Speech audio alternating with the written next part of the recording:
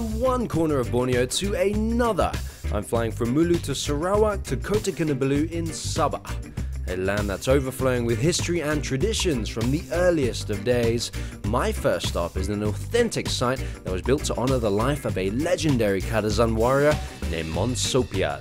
Now, having ancestors who were headhunters themselves, I've always found such historical chronicles very engaging.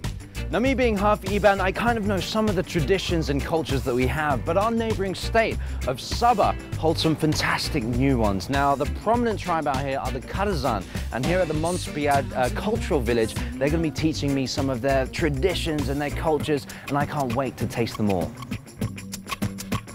It's the 6th and 7th generation of Mon Sopiad's direct descendants who built and currently manage this village. Sumazao Pinampang is a very popular dance among the Kadazan people from the district of Pinampang. I had 4 dances to learn today, and the first was Sabah's most well-known dance, the Sumazao. The arm gesture mimics a graceful bird and is performed to honor the spirits and even to cure illness.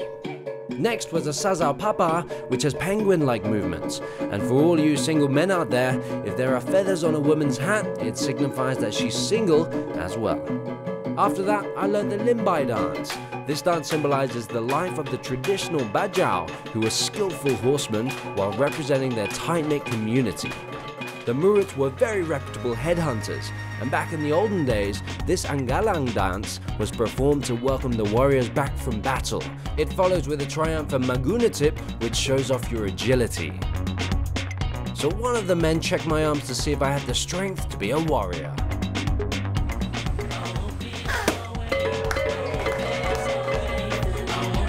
I can't imagine having to chop off a head in order to woo a maiden, so I moved on and met Kat Norma for some playtime. So here at the Mon Sopiad cultural village, there is so much to do. They've actually got like a traditional sort of kampong setting here. There's loads of little games that I'm going to get stuck in. Come along and join me. These are stilts. Okay. How would you do that? You want to show me?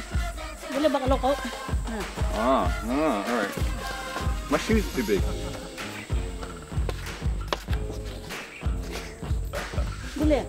Boleh. Pakai yang ini lah, rendah sikit. Saya tolong pegang. Pakai yang ini. Oh, that one's easier? Rendah. Smaller. There we go. Right. Ready? Put my hands up. All right. I'm challenging, man.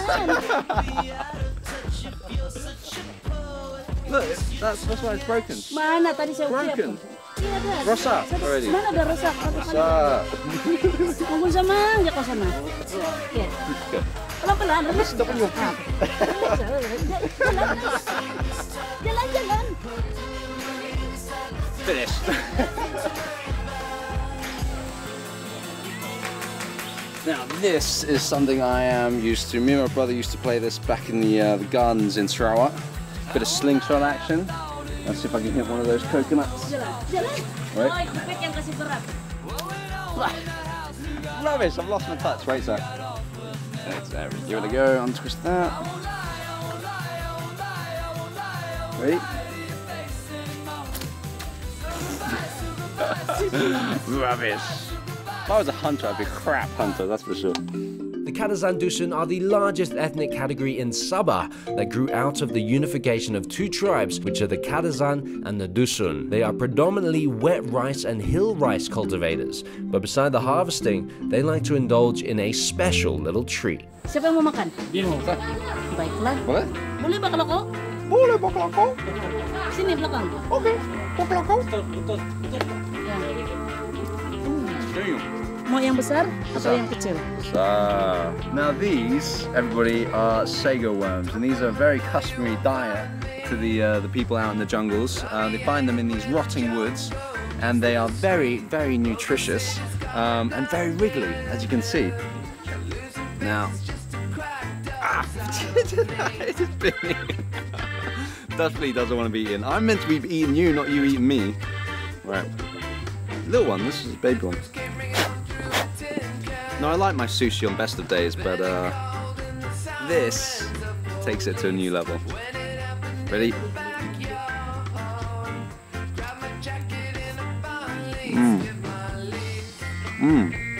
That one had a bit of a woody flavour to it. Kind of like, I don't know, sassy? The wormy taste haunted my taste buds for quite a while, so I had to go look for something sweeter. I'm pretty sure I can find something if I poke around.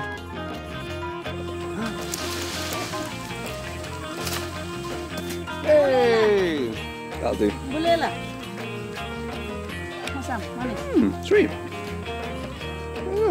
Buang saja kulitnya. Yeah. Lu makan. Thank you. We're bonding. Equally as important with human relations would be bonding with the spiritual realm. Monsopiad was a hero who rid his village of all criminals and brought back many warriors' heads.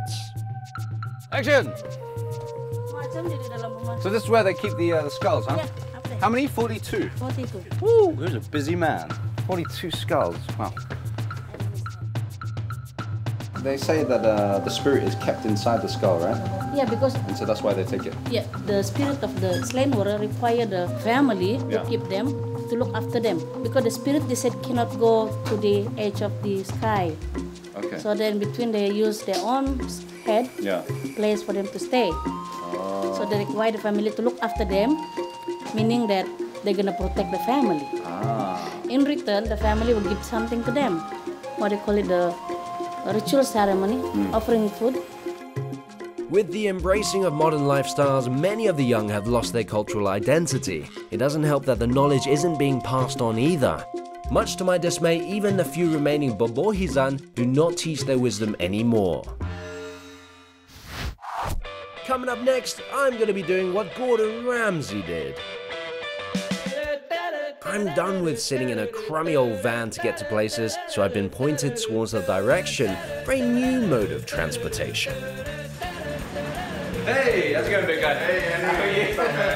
This is Joel, everybody. Now, Joel, you are with Go-Go Suburb, and I've heard a lot about them.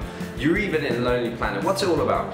We started off in motorbike rental Yeah. 2.5 years ago, and then right now we are a full-fledged tour operator that runs not only motorbike rental, car rental, service apartment, inbound tours. Wow.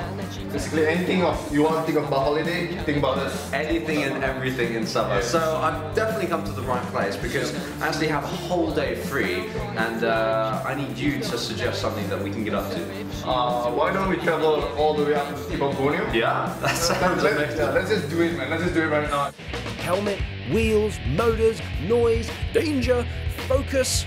I was built for this machinery. Speeding along the open road with strong winds against my face. Wow, there's no mystery why the coolest men associate themselves with bikes. Of course, there's the fear of falling and grazing the road while scraping off all my skin, but after braving the KL traffic, the drivers in Sabah seem really calm and polite. So about an hour later, I arrived safely with no issues. And this would be Tambah Pekan Koto Belud. Most of the locals here are the Bajau, Dusun and Iranun tribe. They gather to sell their handmade products, self-grown produce, as well as home-cooked food and cakes. Some stuff even I'm unfamiliar with. So what's this? I've never seen this before. It's the new food to me. Is that what she's eating now? I think so. I don't want to eat like that.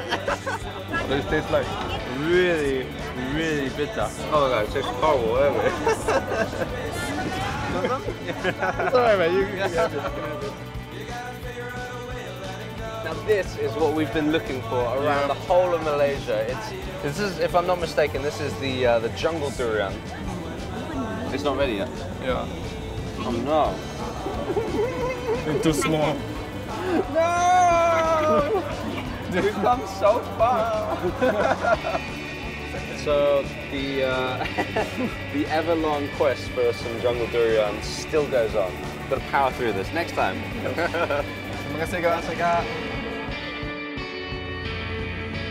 Ah well, hopefully our next stop will prove to have more success. So it's back onto the 2 wheels for us. With 43 kilometers more to go before we reach our next destination, we still have many more locations to visit along the way. Now, many people have a common fear and dislike towards bees because of their ability to sting. But what's more important than that is their ability to make honey. And one of the economical activities for the community at Kampung Gombizau is honeybee farming. With over 100 bee cages inside, let's hope we'll safely get the honey without getting stung. Now, coming closer, you can actually hear them from probably about 2 or 3 meters away, buzzing, not liking the fact that we're here. I'm not liking the fact that we're here, but they seem at home with it. They've got a little smoke machine, and the smoke actually kind of helps sedate them a little bit, so you can actually pick the honey. Now, there are a lot of bees there, and they don't seem to mind. Usually when I've seen little beehives being sort of, you know, the honey being extracted, they're all in this white gear with a net and whatnot. These guys are in flip-flops.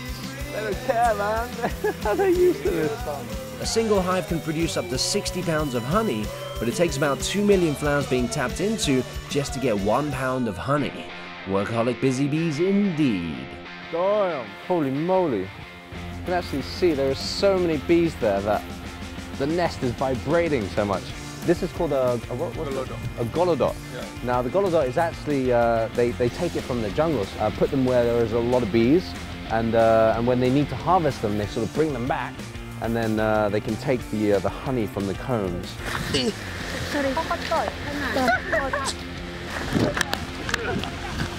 Whoa.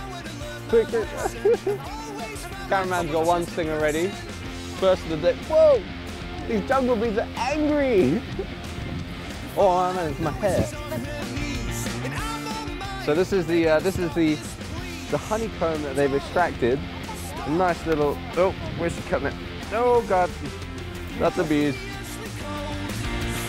You can actually squeeze it, and it comes out there. Oh, that is good. That's good honey. We just need some pancakes now. Now, after tasting raw honey, I think I'll find it hard to appreciate the processed ones from now on. So after buying a bottle of wild honey, it was a short journey to another self-sufficient community that survives on their hands-on skills. Neighboring the Kampung Gombizau is a gong-making village. Now, Kampung Sumangkap is famous for its making of the most important music instrument for the Rungus tribe. But before I made my way to the craftsman, I got kind of distracted by the not-so-little village pet.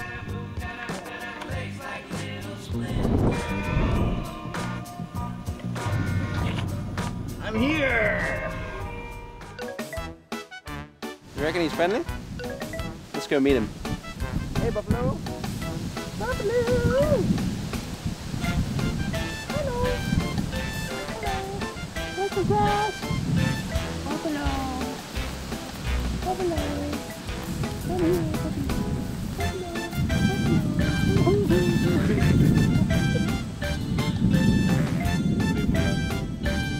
I know, I really should stop risking my life like that.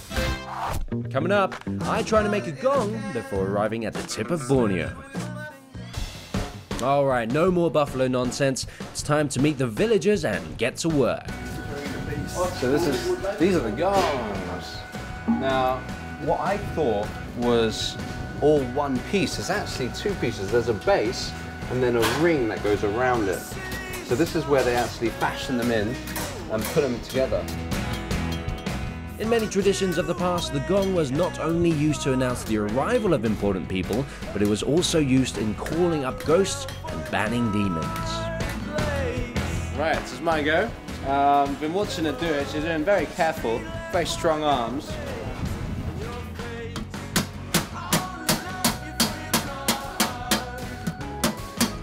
I'm not very good at this, but it's coming out okay, I guess.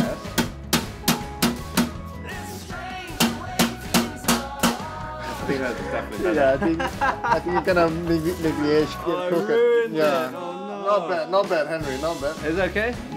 Oh gosh, I think she's gonna have to fix that for me. Yep, she did have to fix up the gong before moving on to the next step. In the olden days, the gong maker would only work on his art where there were no outsiders to witness it. Otherwise, he would retreat into the jungle to complete his work. She's doing it over her knee. Now every gong has a name indicating its sound or rhythm it plays, and it varies from village to village. It's impressive how one person can complete the making of a gong. In this day and age, you'd find a factory filled with machinery, not a single lady in a hut. So once she's done, she passes it on to be welded together. Then you have yourself a gong.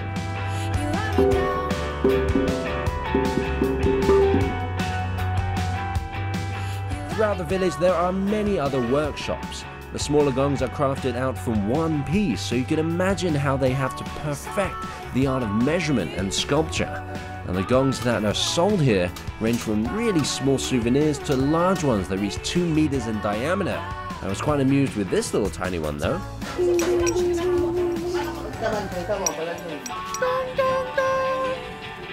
Now this mother of all gongs took 5 people and 1 month to complete. If you would like to experience the gongs in all its glory, every 24th and 25th of October, the entire villagers come out to party in its annual Gong Festival. Alrighty, next stop. So this is Kampong Babangazo. It's just down the road from me where the gongs were making, and the beehive. Got a fantastic little longhouse here, and this is it's about 80 years old now. And this traditionally was owned by the Rungus, was it? Yes, one of the owner. Yeah. He's not around, but the son is here waiting for us. Ah, is that him up there? Let's go meet him. This young man would have to be Herodotus. Interestingly, the Rungus are one of the very few tribes in Sabah who live in longhouses. Now the biggest difference that I've actually instantly noticed is the walls are made of bark. Yes, this is what we call darasan. Darasan. Yes. Is this a pattern that they used to make It's on it? original pattern. This is the original from the bark original, itself. Wow. So these are one of the rooms Yeah, that yeah. are inside? Yeah, you can go inside. Oh, wow. So this is where you'd sleep. Yeah. And again, it's all sort of open. It's all Yes. just bamboo slats, nice and cool.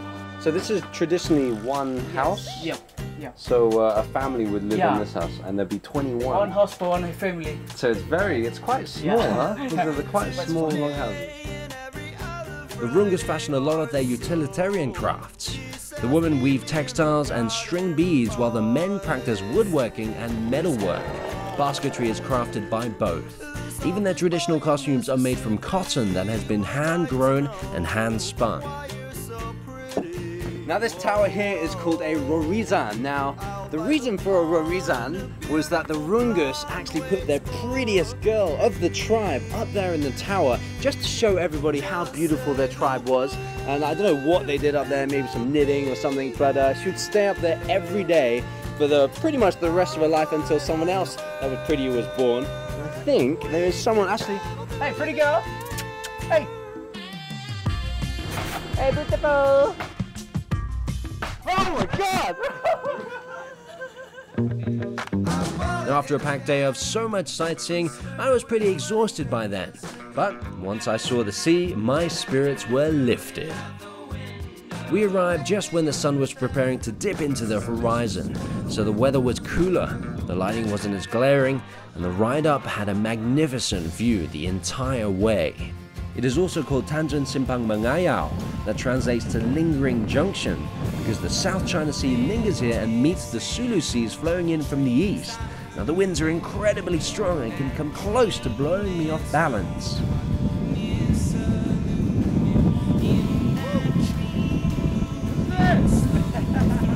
Oh, so we are here, man. Henry, how do you feel, man? Riding 190 kilometers from KK to Kudat, and now we're in Tiba, Borneo. 1, I've got fantastic helmet hair.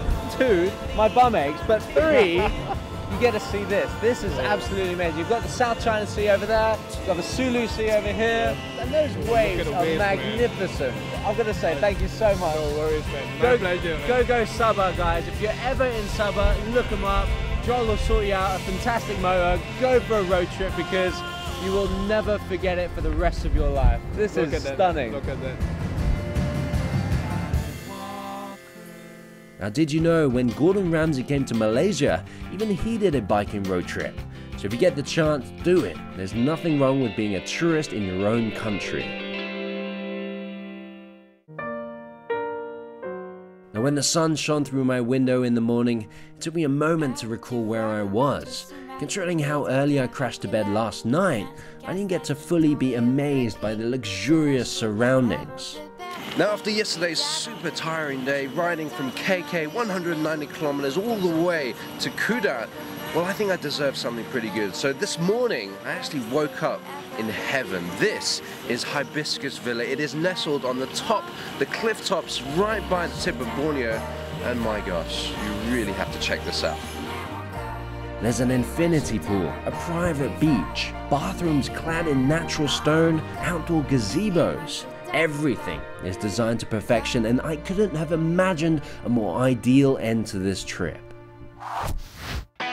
Next week is the final week of Without Boundaries, and I'll be freezing my pants off as we attempt to conquer the highest mountain in Malaysia. That's Mount Kinabalu. Why do we do this? I have no idea.